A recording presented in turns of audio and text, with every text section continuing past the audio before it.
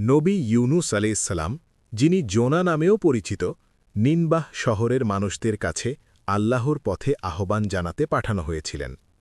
তিনি তাদেরকে আল্লাহর একত্বের উপাসনা করতে এবং পাপাচার ত্যাগ করতে বলতেন, কিন্তু তারা তার কথা উপেক্ষা করেছিল এবং অবাধ্য থাকত।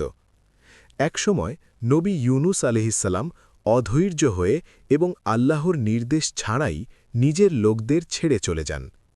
তিনি একটি জাহাজে চড়ে সাগরে পালানোর চেষ্টা করলেন। হঠাৎ সেখানে একটি প্রচণ্ড ঝড় উঠল, যা জাহাজ ডুবিয়ে দিতে পারে। জাহাজের যাত্রীরা বুঝতে পারলেন এই ঝড় সাধারণ নয় এবং সিদ্ধান্ত নিলেন যে কার কারণে ঝড় উঠেছে তা নির্ণয় করতে লট আকর্ষণ করবেন।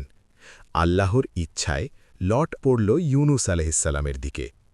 তাহলে নবী নিজ দায় স্বীকার করে সাগরে ঝাঁপ দিলেন।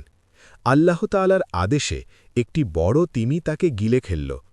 তিমির পেটে অনেক দিন অবস্থান করার সময় নবী ইউনুস আলাইহিসসালাম সত্যিকারের তওবা ও দোয়া করলেন, তোমার ব্যতীত কোনো উপাস্য নেই, তুমি মহান, নিশ্চয়ই আমি ভুল করেছি। অলৌকিকভাবে আল্লাহ তার দোয়া কবুল করলেন এবং তিমিকে নবীকে নিরাপদে মুক্ত করার আদেশ দিলেন।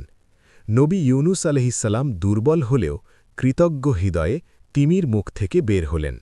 তিনি বুঝলেন ধৈর্য, আস্থা এবং আল্লাহর পরিকল্পনায় আনুগত্য কত গুরুত্বপূর্ণ। এরপর তিনি তার লোকদের কাছে ফিরে গেলেন।